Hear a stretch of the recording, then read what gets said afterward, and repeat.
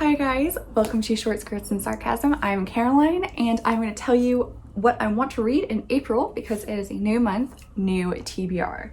But before I get into that, I just want to brag that I matched my outfit, jewelry, and eye makeup to the book I am reading.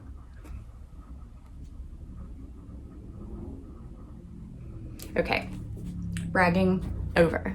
So I've got, as usual, 10 books, and the layout is a little bit different. Usually I have 3 print, 3 ebooks for audiobooks, but I actually have 4 print books this month instead because I think they're going to be quick reads, and I got a lot of them for Christmas, and I need to get through my Christmas gift book haul before I start my birthday gift book haul. So I'm going to go through these in alphabetical order by title, as usual. And first up, I have A Good Girl's Guide to Murder by Holly Jackson. And this was a Christmas present from my boyfriend, and I am really excited about it. I've seen it make the rounds on YouTube. I think I'm coming to this a little bit late. I have already ordered the second one and pre-ordered the third one. I'm pretty convinced that I'm really gonna like this series. The case is closed. 5 years ago, schoolgirl Andy Bell was murdered by Sal Singh. The police know he did it. Everyone in town knows he did it. But having grown up in the same small town that was consumed by the murder, Pippa Fitz-Amobi isn't so sure. When she chooses the case as a topic for her final year project, she starts to uncover the secrets that someone in the town desperately wants to stay hidden. And if the real killer is still out there, how far will they go to keep Pippa from the truth? So I am excited to get to this. I think we all know that I love a good murder mystery, and I think that might be a bit of a theme for April. So next up, I have A Spool of Blue Thread by Anne Tyler, and I have been meaning to read this for quite a while. I think this one was the one that got nominated for The Thing, the Women's Prize a few years ago. I mean, one of Anne Tyler's books got nominated. Can't remember which one. I think it was Spool of Blue Thread. Yeah. I've read some Anne Tyler before. I read Redhead by the Side of the Road, which I think came out last year, and I liked it. I didn't love it. And then I also read Vinegar Girl because it looked good, and then I still read it even though multiple people told me that it was terrible. And then I read it, and it is indeed terrible. And then I told my friend not to read it, and then she read it. And I was like, but it's terrible. And she was like, but I'm gonna read it anyway. And then she got to the end of it and she was like, you're right, it is terrible. And I was like, I told you. This one is about the Witshanks, who are one of those families that radiate togetherness and indefinable, enviable kind of specialness. But like all families in that the stories they tell themselves reveal only part of the picture. Abby and Red and their 4 grown children have accumulated not only tender moments, laughter, and celebrations, but also jealousies, disappointments, and carefully guarded secrets. So this sounds like a very interesting look at like an intergenerational sort of family drama. It is also giving me sort of like grown-up Sarah Dessen vibes, which is interesting. It's really reminding me of like the family dynamics in Keeping the Moon, and that one with the 3 sisters who were all models and then stopped modeling, which was like a tiny part of the actual plot.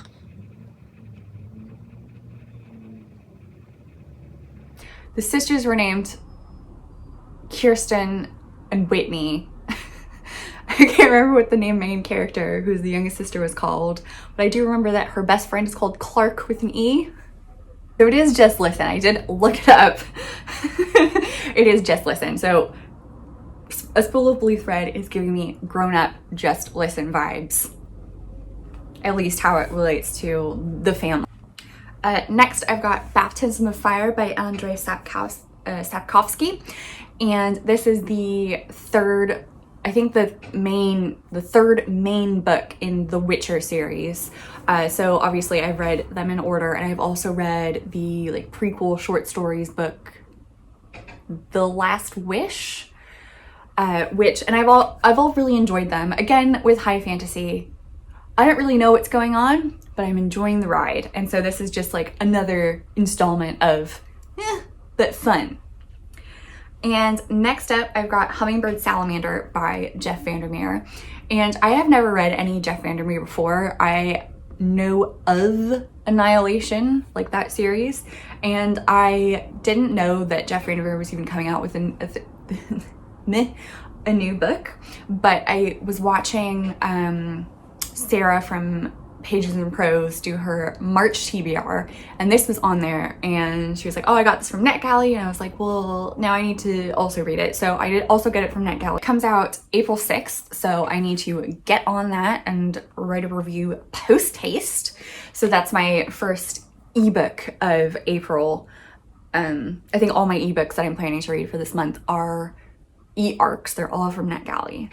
So Hummingbird Salamander is about a security consultant, Jane Smith, receives an envelope with a key to a storage unit that holds a taxidermied hummingbird and clues leading her to a taxidermied salamander. Silvina, the dead woman who left the note, is a reputed eco-terrorist and the daughter of an Argentine industrialist. By taking the hummingbird from the storage unit, Jane sets in motion a series of events that quickly spin beyond her control. So this sounds both exciting and interesting, and I don't think I've ever read anything about a taxidermied item before, or items. So this is definitely new territory for me. And I see here that Jane Smith, the protagonist's name, is in quotes, so maybe that is not her real name. And so I'm excited to read this.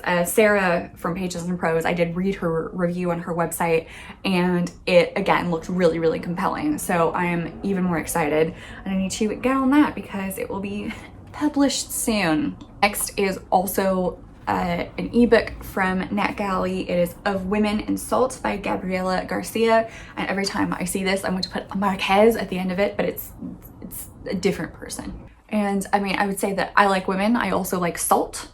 So these things together seem perfect. And this one comes out the 15th of April, tax day. It's a tax release. I'm very funny. Appreciate me.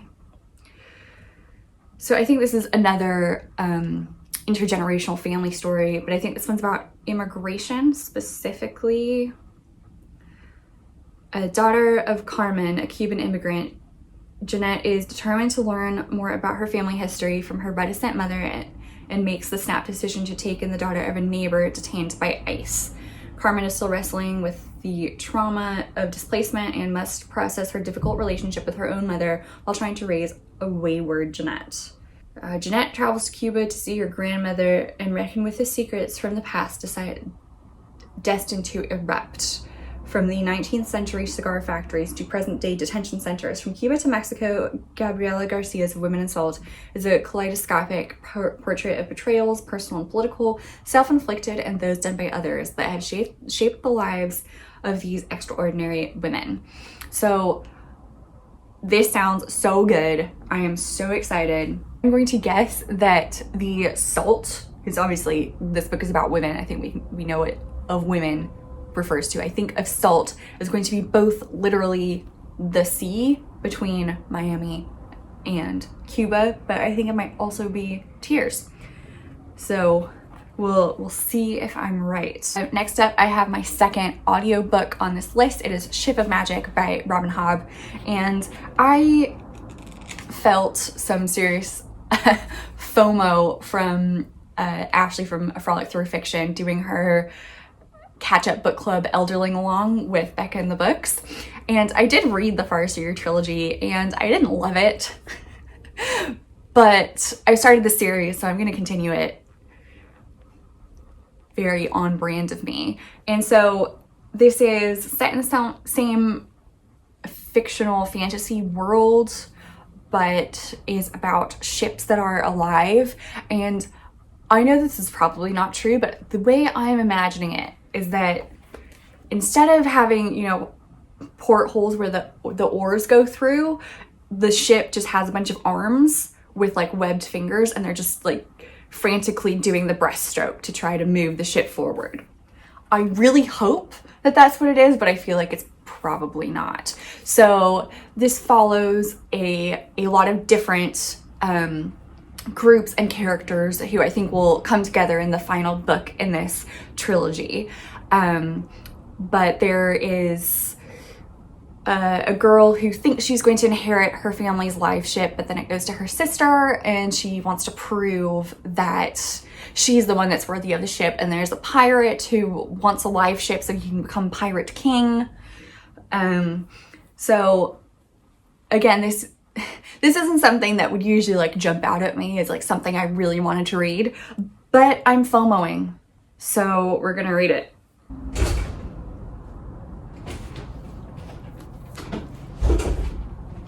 What? I'm doing the films, honey.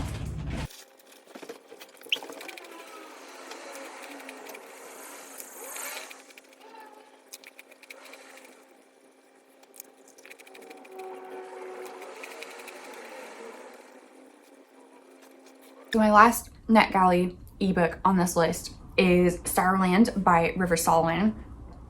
And I haven't read any River Solomon like novels or novellas before, but I have read their short story, Blood is Another Word for Hunger. And I really, really enjoyed that. I saw that River Solomon was an option on NetGalley and I was like, say no more. And I see now that Roxane Gay has also rated it 5 stars. So if that is not enough to convince you, then you're dead to me. Sorry. Vern, 7 months pregnant and desperate to escape the strict religious compound where she was raised, flees from the shelter of the woods. For the shelter of the woods. There she gives birth to twins and plans to raise them far from the influence of the outside world. But even in the forest, Vern is a hunted woman. Forced to fight back against the community that refuses to let her go, she unleashes incredible brutality far beyond what a person should be capable of, her body racked with an inexplicable and uncanny changes. To understand her metamorphosis and to protect her small family, Vern has to face the past and, more troublingly, the future outside the woods. Finding the truth will mean uncovering the secrets of the compound she fled, but also the violent history in America that produced it. So this sounds very relevant and also very fascinating, and I am so excited. Right, these last 3 are going to be print books, so I can actually hold them up. So the first one is Summer Water by Sarah Moss, and my friend gave this to me for my birthday last year. And before you go, oh, why did you take so long to read it? She didn't give it to me until December. So as we know, my birthday is in March. It's not my fault. And among other things, this is also just a gorgeous book, and green is my favorite color, and I think that this just like ticks all of my boxes. It's beautiful marbling, and also it looks pretty short. The font is pretty big, so I don't think this will take me very long to read. On the longest day of the summer, 12 people sit cooped up with their families in a faded Scottish chalet park. The endless rain leaves them with little to do but watch other residents. A woman goes running up the bend as if fleeing. A retired couple reminisce about neighbors long since departed. A teenage boy braves the choppy waters of the loch alone in his kayak. Each visitor is wrapped up in their own cares but increasingly alert to the makeshift community around them. One particular family, a mother and daughter without the right clothes or right manners, starts to draw attention of the others. Tensions rise and all watch on, unaware of the fate that lies ahead as the night finally falls. So this sounds creepy and suspenseful and beautifully written. I am very excited about this. I haven't read a lot of books set in Scotland, so that's also a selling point on this. I think the only ones I've read, well, the only like main ones I've read have been Outlander, and The Hunting Party, which was great. Next up, The Mysterious Howling by Mary Rosewood. This is the first book in the Incorrigible Children of Ashton Place series, and Jean from Jean's Bookish Thoughts loves the series, and so I've been kind of wanting to read it because I haven't been that into middle grade probably since I was in elementary school. And there I read mostly Beverly Cleary, R.I.P. Beverly Cleary meant so much to so many people. The incorrigible children actually were discovered in the forest of Ashton Place. The incorrigibles are no ordinary children. Luckily, Miss Penelope Lumley is no ordinary governess, a recent graduate of Swanbourne Academy for Poor Bright Females. It's a great school name. Penelope embraces the challenge of her new position. Though she is eager to instruct the children in Latin verbs and the proper usage of globes, first she must eliminate their canine tendencies. But mysteries abound to Ashton Place. Who are these three wild creatures? Why does old Timothy the coachman lurk around every corner? Will Penelope be able to civilize the incorrigibles in time for Lady Constance's holiday ball? And what on earth is a schottische? Well, I'm hoping that last question gets answered because I also do not know what a schottische is. And my last book on my April TBR is The Thursday Murder Club by Richard Osman. And this was another Christmas present from my boyfriend. And he has been bugging me about not reading any of the books that he's given me yet. So I am making them a priority this month. And this is about a bunch of septuagenarian retirees that like to sit around, discuss murder because I think it's interesting, and then someone actually dies and they need to solve the murder. And I am very, very excited for this. Another murder mystery. I'm into it. And the second book in the series is coming out and I have pre-ordered it. So exciting times for me, and I'm sure also exciting times for you.